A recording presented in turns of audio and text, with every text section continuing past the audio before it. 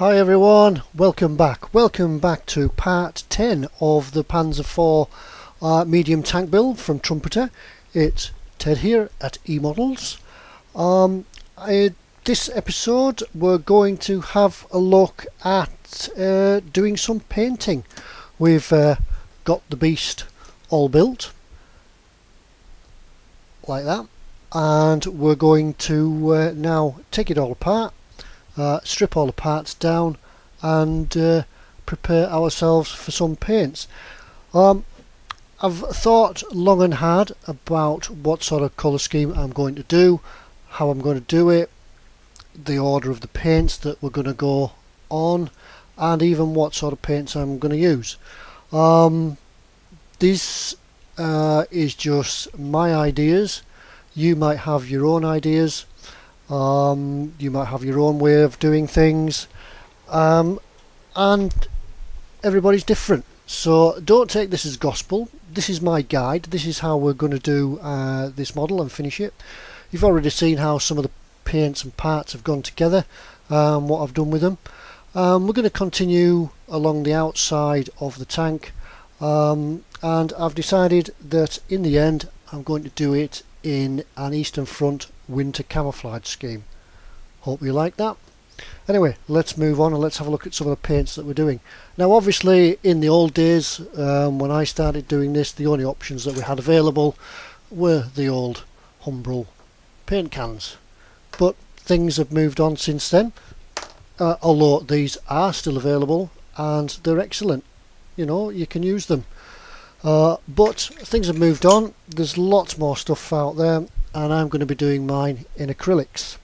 What we're going to do to start with is we're going to apply a primer. That's because there are lots of different parts and textures on this vehicle.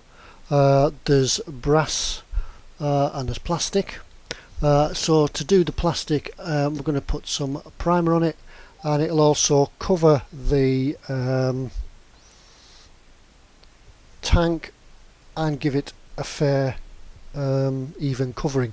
And that's just my messenger bleeping away in the background, so I've turned it off.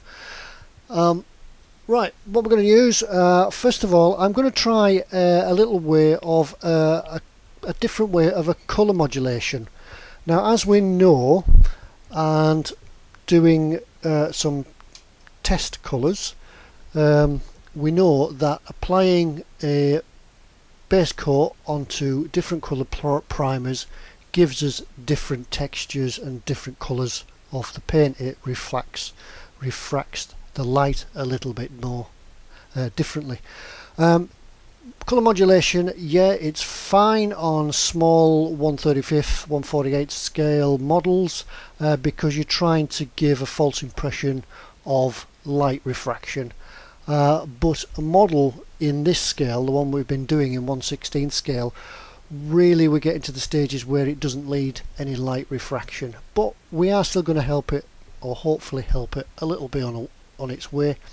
And this is going to be a little bit, well, we'll see how it goes, but in the end we're going to paint it white, so if it doesn't work, we've lost nothing. So what we're going to use, well, I've got an AK interactive primer in white. I've got a MIG ammo primer in black. I'm going to use the black in all the dark areas. That's underneath the wheels arches, call them wheel arches, track guards, underneath there, all underneath the shadow areas where the dark parts would be, and anywhere else that's going to be in shadow really. So that's, we're going to use the black for that. We've got quite a big bottle, we're going to need a lot of it.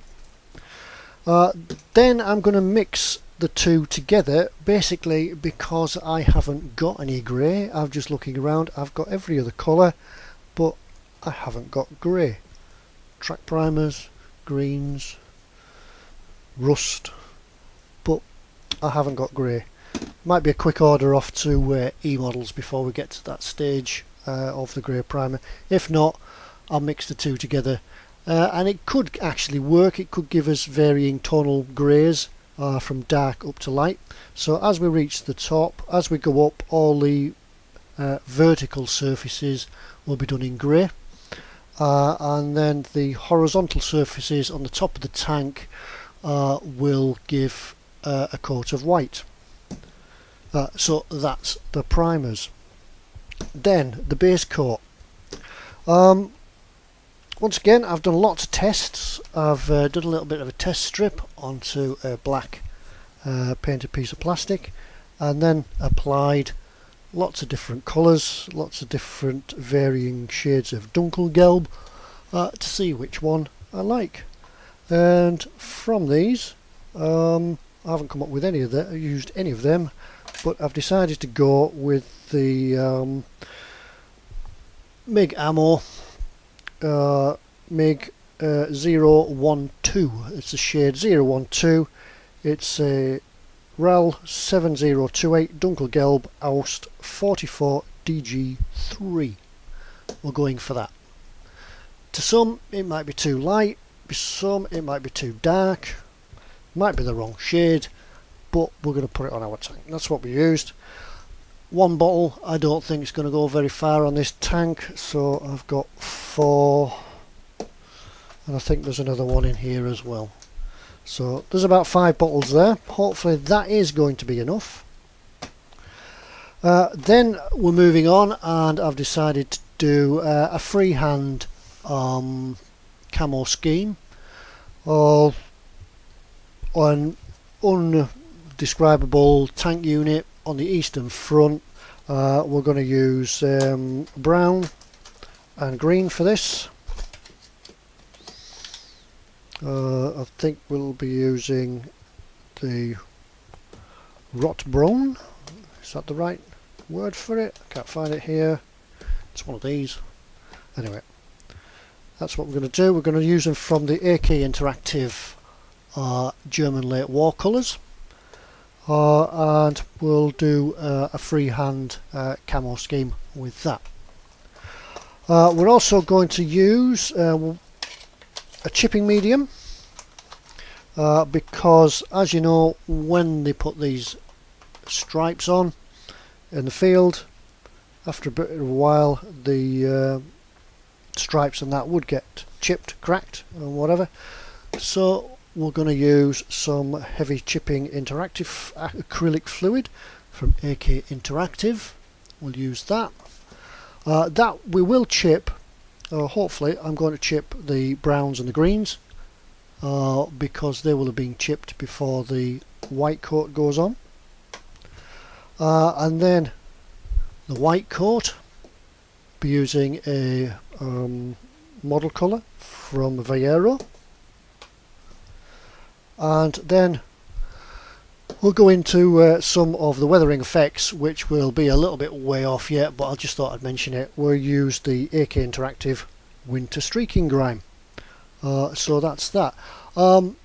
Just as a thought, we did, if you remember, a while back I produced a little, well, I can't find it now, a little model of the Panzer IV. Here it is. Now this has been done in this colour, the Dunkelgelb that we've decided on the tank. See the difference in the colour to it going on? This has gone on a black base primer, and see the change in colour, and then it's been oil streaked and washed down, and see how greatly the colour changes. So that's what we're going to do with that. There's that little babe just sat there. There she goes. How we're going to put it on, it's all going to go on with my trusty airbrush. It's the Evolution Infinity Ultra. We're using a 0.4 needle. We'll use a 0.4 needle because it'll give us a decent enough spread on such a large model, and we can also change the needle later on because I got the kit with the 2 needles in, and we'll go down to a 0.4. No, I'm telling you fibs. I'm working this the wrong way around. We're going to a 0.2, then a 0.4. Yeah, I think. Am I right? Never mind. Anyway, that's how it's going to go on. We're going to put it on with this, and we'll have a look and talk about this when we get to the spray booth, which is over there. Of course, you could be a man that likes the hairy stick, and you could put it on that way. But I think for a model this big, I think really the airbrush is going to be a way to go. Hairy sticks still coming useful for touching things up with. And painting the finer details. Anyway, that's the plan. It's an evolving plan. What we start off with may not necessarily be the same thing in the end product, but that's the fun of modelling. You can start with one idea and finish with another. Oh, just on a point of note, I did mention that we're putting primer on because of there's being various photo etch and plastic parts on the model, and we want to get them all together. I am going to use on the brass parts some Mr. Hobby metal primer. It provides a bond on the metal surfaces for the acrylic paint to grab to, so any brass parts will be given a coat of that first. Anyway, I think I've rabbited on enough for now. Spoke about the paint. Oh, here's our little tank back. Spoke about how it's going to change its colour, what we're going to do it with. So now enough rabbiting about paint, and we'll see you over at the spray booth. So see you in a moment. Right, hello there, welcome back. We've moved over to the other side of the workshop, to the spray booth.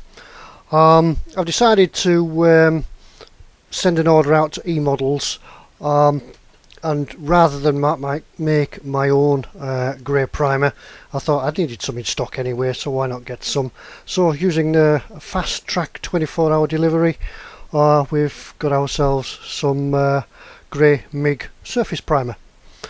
So we're going to have a go at painting this. Whilst I've been waiting for the arrival of the grey primer, I've gone ahead and give all the shadow areas underneath the track guards, underneath itself, and on the back areas a light coat of black. Done that all with the way around. It's just in the shadow areas where the paintwork itself is going to be dark. It's an easy method of modulation really, because as I explained a little bit earlier, that models of this size are not really needing any modulation because they will generate their own shadow and their own changes in light. We could still go ahead, as I said, and highlight areas with paintwork chipping and weathering and such like that, but we're going to have a go at getting a different tone on the paint just by giving it a different base. So right, we're all ready for painting. What do we need for some painting? Well, spray booth. If you've got a spray booth, ideal. If not, try and do it in a ventilated area. Acrylics are not as toxic as the old enamel paints, or some of the alclads that create a really nasty smell, and you want to get that sucked out of your room as quick as you can. Want various bits of tools to hand, because once you get going you don't really want them to stopping and starting and things like that, so plenty of Q-tips, cotton buds around, little bits of things for propping up on. I do find these shot glasses for mixing paint as well. They come in handy for propping things up to get the surfaces at the right areas for spraying in, rather than trying to twist your airbrush around to get in there. What else do we need? Yeah, some clamps, paint brushes, some tissue for spillages, things like that, some cleaners, all ready and to hand if we're going to need any mop-ups. Right, so let's get on with some airbrushing. I did check since my last brain seizure. I did check, and we are going to use a 0.4 needle in the brush. Give us a bigger spread. We're going to use a big cup. Put more paint in because this is going to take quite a lot of paint, and that's about it. The air pressure that I'm using, I'm just going to check, is let's turn the pump on, is just a little over 20 psi. And to apply this, just trying to find the button to switch everything on. I'm not going to turn my blowers on, my fan blowers on, because it'll just drown out the sound of the commentary. Might not be a bad thing actually. Never mind. Right, what we're going to do, as I said, we've done the black in the shadows. Now I'm going to apply the greys to all the vertical areas, right round and the back. And then the tops, without even bothering cleaning the airbrush, the tops will go across the tops with white. We'll leave the turret to one side, and I'll do that separately rather than you sitting around and watching me. But we were not going to forget to do as well is the armour, the side armour. These have been lying in the box unused as yet, but they'll be going on shortly. Once all the paint gets on, so not forgetting to do them. I will be going back, refilling the airbrush with the black to do the backs of them, and the grey will go across the fronts.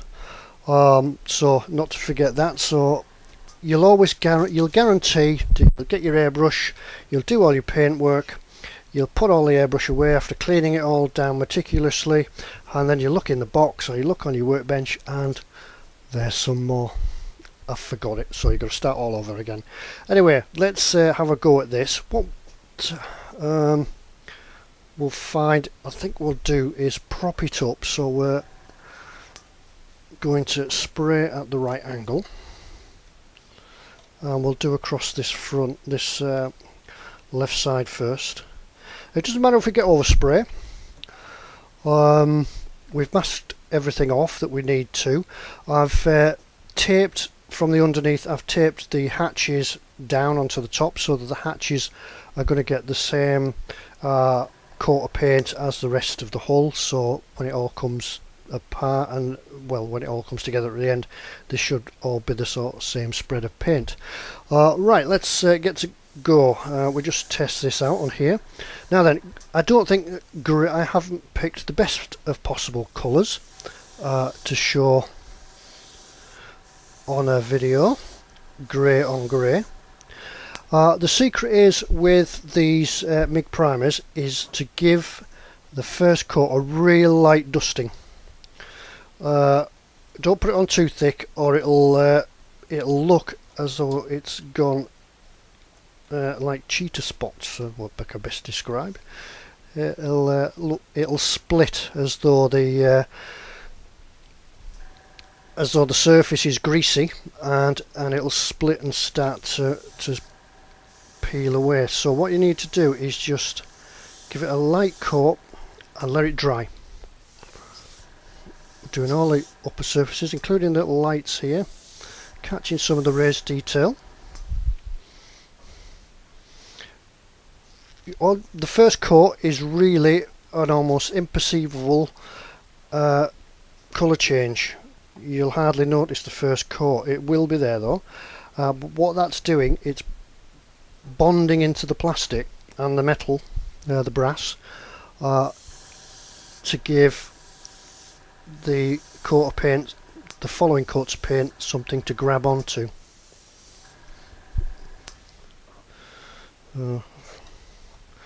Turning it around, just trying to keep everything in shot for you so you can see what's going on. Possibly you're struggling to see what's going on because it's grey on grey.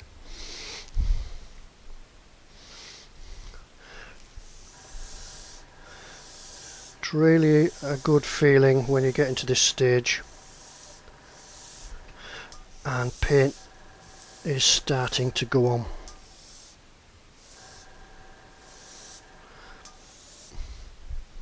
Now your airbrush, you will find it's not going to get in all the corners. Sometimes it's easy to go along with a small brush and just pick up some details, like in here. The airbrush, it'll probably cause the paint to swirl around and it won't get right in the corners right in here. So what we could do with that is pick up right in the corners with a paintbrush first, or if I can find one, just to touch some paint in there.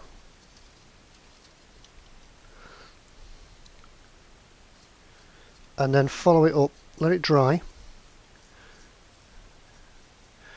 and then follow it up later with the airbrush.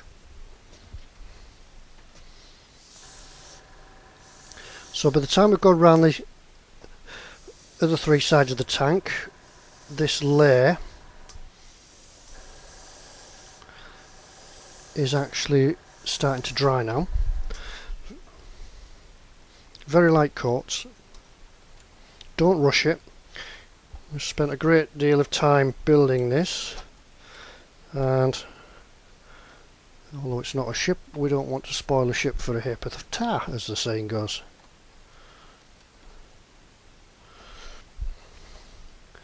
So once again, picking out on the front. On here we'll blend the two, the grey and the black together.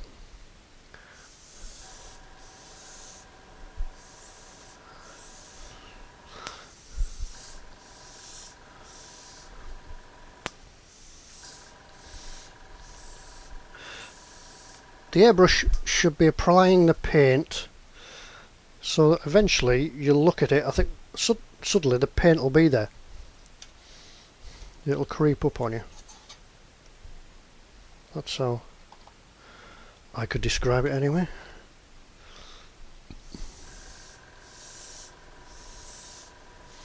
So don't worry about the overspray. As we say, we've painted the black underneath. Don't worry about overspraying it because it'll all blend together.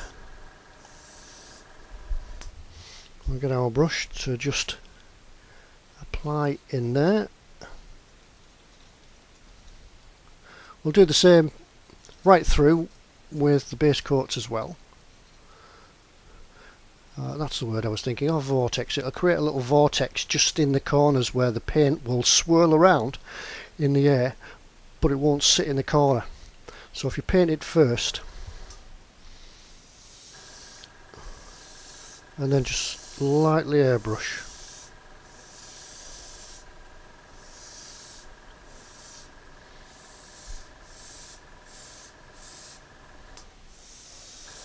probably the next colour that's going to go on isn't going to be the greatest one to look at as well. It's going to be white.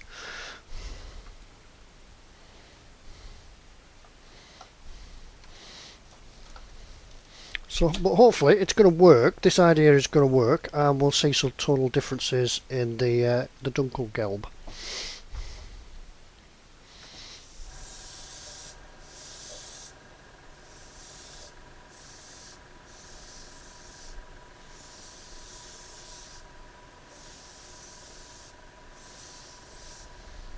You may not be able to see it, but we are beginning to see a coating of the paint going down now.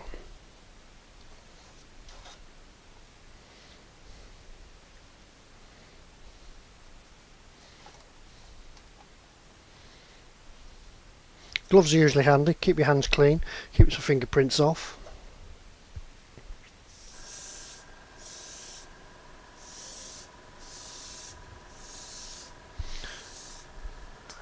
And this grey primer from MIG is certainly going on nice and smoothly.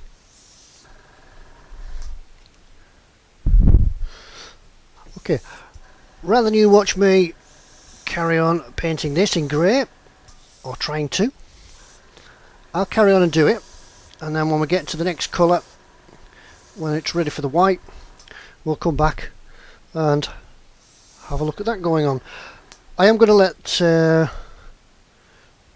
of the paint, let it dry, see what it looks like. I was talking about going straight on and painting it white without really messing and cleaning the airbrush, but I want to really see how this settles in first, and have a few parts to paint in the same grey. So rather than sitting watching paint dry, it's better if you go make a cup of tea or crack a bottle open and come back, settle down with some popcorn and watch the rest of it. So see you in a moment.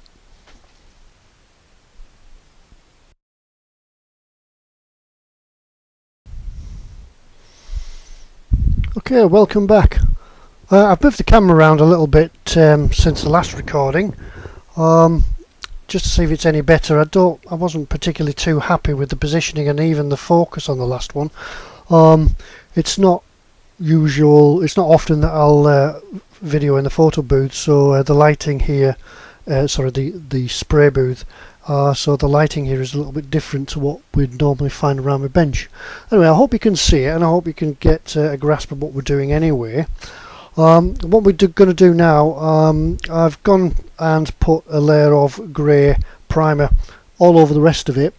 I was talking about doing grey primer just on the vertical surfaces, but I've decided in effect I'll do it all over, and then just highlight with the white paint, because I've been doing a little bit of experimenting, and it may not turn out as well as I'm expecting, really, but we'll give it a go anyway. So we'll do some touch highlighting. It's almost like sort of pre-shading in the aircraft world for the panel lines and things.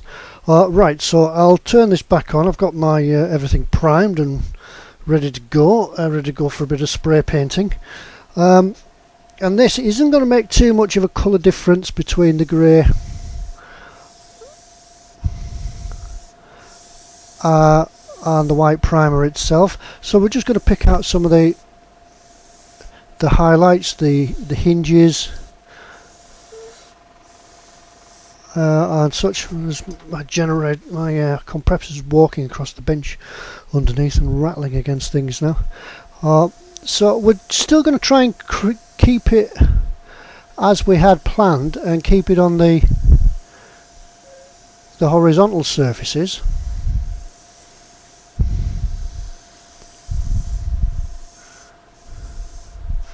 We're just hoping, I'm trying not to stand in front of the camera too, we're just hoping that it will give us a little bit of colour variation when the main coat goes on. Now you probably can't even see much of what is going on here because it's white.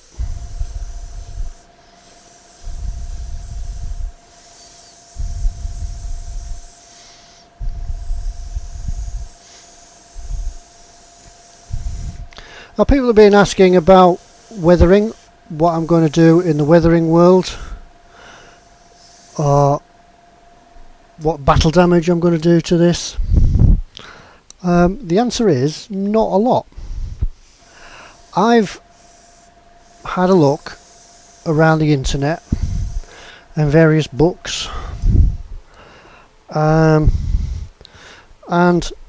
I can't find many fighting vehicles in any period of the war, in any battlefield, that are totally wrecked, rusty, given different panels and let go back into the field just with a rusty primer coat. I've seen them with bent panels, I've seen them muddy, but the only ones that I've seen sort of bent, twisted, burnt, black, rusty, just rusty running hulks are the ones that have been destroyed or abandoned. So I'm not going to follow they're very nice, don't get me wrong, those that do them, those that have the skill to do highly weathered bruised and battered tanks and aircraft. They're fantastic. They're great to look at. There's some amazing people out there who are far more talented than I, but that's not my idea. If you want to do it, you carry on, but that's not what I'm going to do with this one. I'm going to chip it. And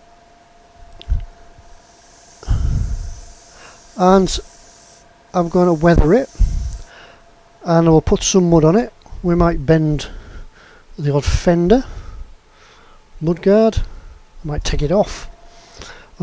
Certainly with the shirts and armour, we'll remove some of the panels around the sides and perhaps bend a couple of those in the bottom.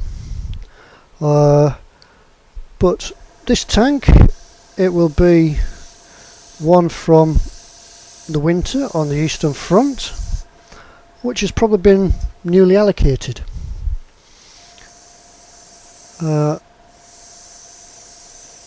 I'm sure that some vehicles will have been brand new in the field and then turn up within hours or a couple of days before they can get rusty. Bang, they're out of action, and that's then when they're left to rust. That is all I think that I'm going to do with the white.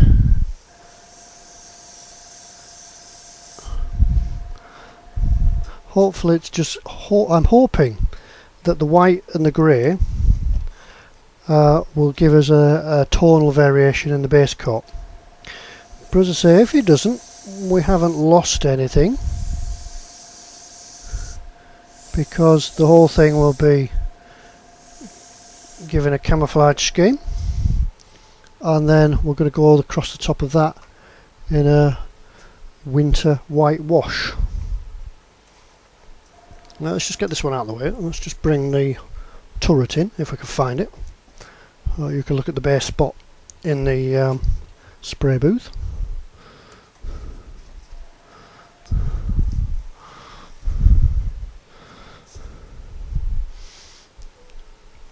Here's the turret. What we've done just in the back here, we've just given that a black coat. That's where the turret locker is going to attach on there, so there's going to be a shadow in there, so the paint, and underneath as well, you see, just in there, I don't know if you can see it, and also just around here to try and give it some tonal variations between the dark and the light. So all we're going to do now is just pick out the top of this turret, as we just did with, put that down there. It's strange. I'm just trying to work around the camera so that you could see things, and unfortunately I'm left-handed, so everything is now on the opposite side of the spray booth to what I'm used to.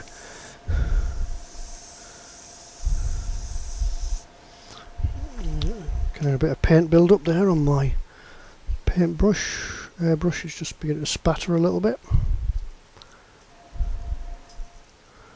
Just clean it off. There we go.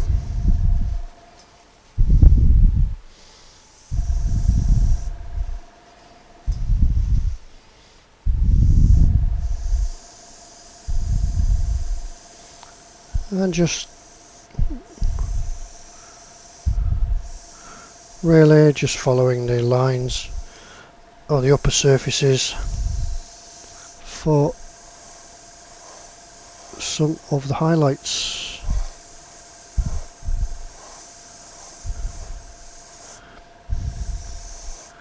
This may not work at all, but it doesn't matter. Right, I think that's all I'm going to do with this. There's not very much white to go on at all.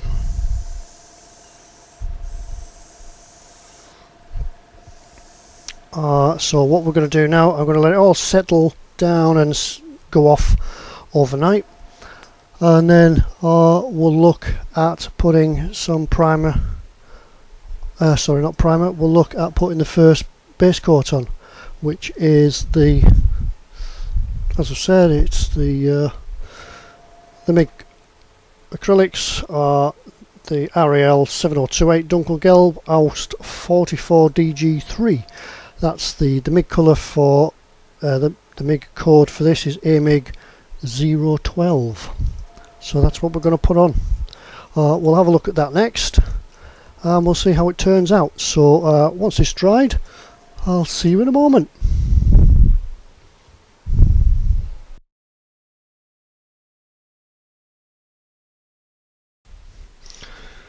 Okay then, welcome back. Yeah, welcome back. Base coat, the Dunkelgelb Aust 44 DG3, somewhere in focus. Camera can pick it up. There, it wants to pick it up. Go on. No, it doesn't want to. Well, that's what it is anyway. Put the base coat on. Whereas we just applied the primers before, it's just a simple matter of doing the same again, but this time with the base coat. An easy way to do it is to try and make sure that you get through all the parts. You can either go into the bits that you can't reach with the airbrush with a brush, or you can turn the pressure right down in your airbrush, give it a fine line and get in that way. But we'll do this. I've already done the other side just to give it a go, but I'm sure you'd like to see some of the base coat going on. As before, just a light dusting first of all. Hopefully you could see this, because as I did say to you, the lighting is a little bit different over here in the spray booth. I must try and improve it for the next time. It's not often I'll spray or film in the spray booth. It's really it really is just then like watching paint dry. What I'm trying to do is get round all the pieces that a blast from a distance will miss. So picking up where the airbrush will meet. It's a matter of finding, getting it round all the right angles.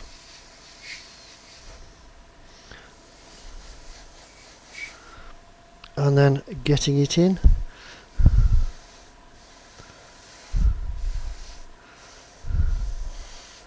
What we're really trying to do is give it lots of light coats rather than one thick coat. This hobby is all about enjoying your time, and there's plenty of time to do the modelling. One thing with black, painting the lighter colour onto the black, you can see where you've been.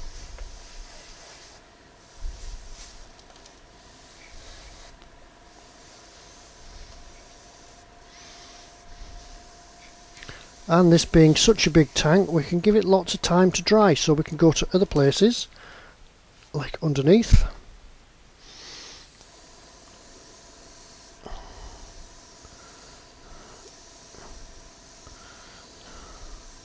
And we can give it a coat.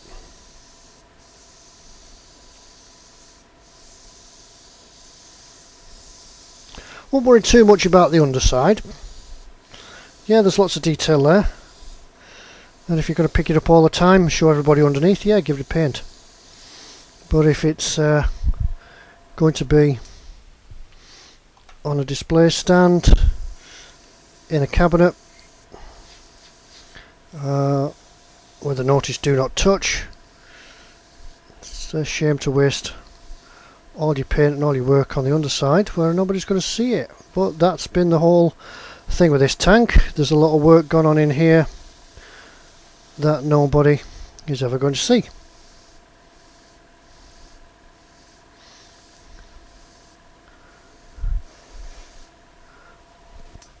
As I say, you can turn your spray application right down. Well, just press the button a little bit lighter, and without blowing all the paint out, you can actually get into all the nooks and crannies. Hope you can see this. Hope this is an interesting video. Painting or watching somebody paint isn't always the best things to do. Still, you can always fast forward it to the end product.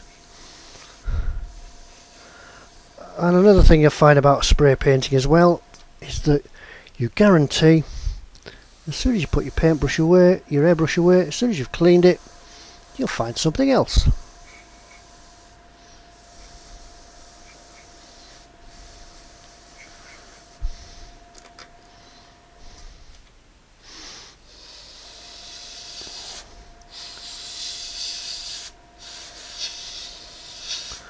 Right,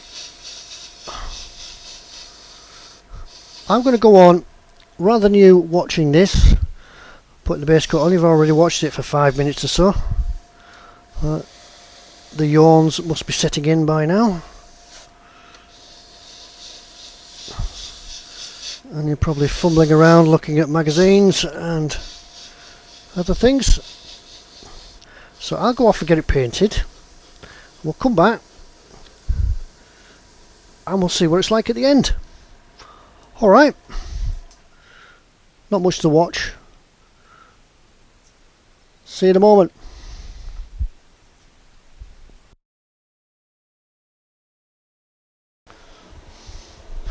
Okay then, here we are. Just turn this vent off a little bit. My air compressor still chuddering away in the background. We're getting to the final touches of the base coat.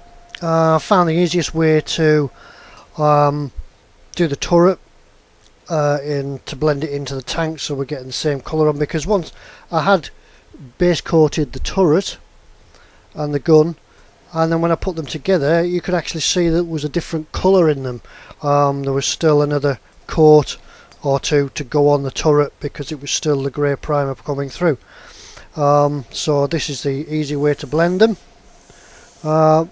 You'll forever find bits to do as you come along. So the easiest way is to let it dry overnight, go sleep on it, and then come back in the morning or the next day, the next time you're at your modelling session, and have another look at it, because you will see, I will guarantee that you will see bits that you've missed, which is what I'm going to do.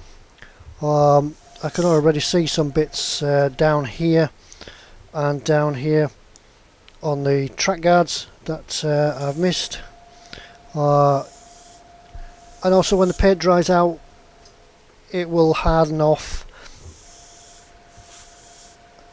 and give a different look as well. Another thing about the turret is when you're spraying it you can actually move it around, so it's a lot easier to spray. Our little experiment for the colour modulation with the different undercoats, has it worked? I don't really know. I'm not impressed.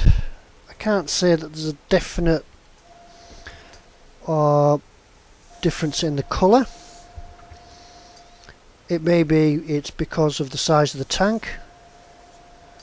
As I say, it's creating its own light surfaces because of the size of it. It may be I've given it different levels of paint coats. I do think there is a little bit of a difference between the black and the white on the top. We'll probably see that once I get all the shirts and armour painted up, because I painted that grey on one side and black on the other, so I'll be able to compare them like for like. On that note, there's loads more stuff to paint yet. There's lots of extras to put in. There's the turret box. There's the air filters to go on this side. They've all to get another coat yet. There's the spare wheel box that sits on there like that. These things have still got to take another coat yet. Lots to do. As I say, guarantee you go away, go to bed, and you'll come back in the morning and you'll find there is still bits to do, still bits that you've missed. And just keep going at it. Do it all in light coats. The secret is with this, especially with this MiG ammo, is do it in lots of light coats. Really light coats. Just spray it on. Sometimes you might think, well, have I put any paint on at all? Have I missed it? Suddenly, bang, it'll be there. It'll be that colour. If you're doing it right, you'll surprise yourself because you think, crikey, it's that colour. It's the right colour. It's coming through, and it will be there. I think that's about all for this video. It's not been a very interesting video, this one. It's just all been about applying paint and watching paint dry. The next video I'm sure will be a little bit more interesting because we'll have a look at some tracks. We'll put some weathering together and we'll do some weathering on these tracks. What I'm going to prime these with, if I can find it, just turn the compressor off so it's not chuddering away. I'm going to use the oh, that's the rust primer, that's the wrong one. I'm going to use the MiG Ammo Tracks primer. I'll start with that, and then we'll do some weathering effects on the wheels, on the tracks, and get it all ready them to put on. Now I've painted these the tank itself, I can get the wheels finally put on now. The wheel caps are all ready and painted the same colour so they can go on. Of a box full of wheels somewhere. They go on, so things will stop falling off now when we move it about.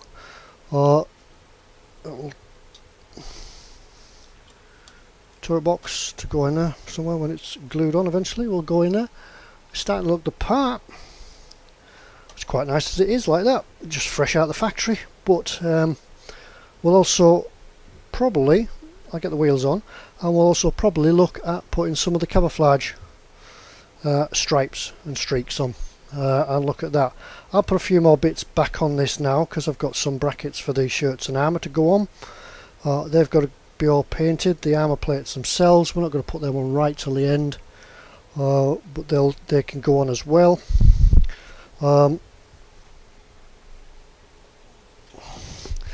Excuse me, just get in the way there. Yeah, the shirts and armour plates are going to go on. We can camouflage it, and then we can move on from there. So the next video should be a little bit more interesting.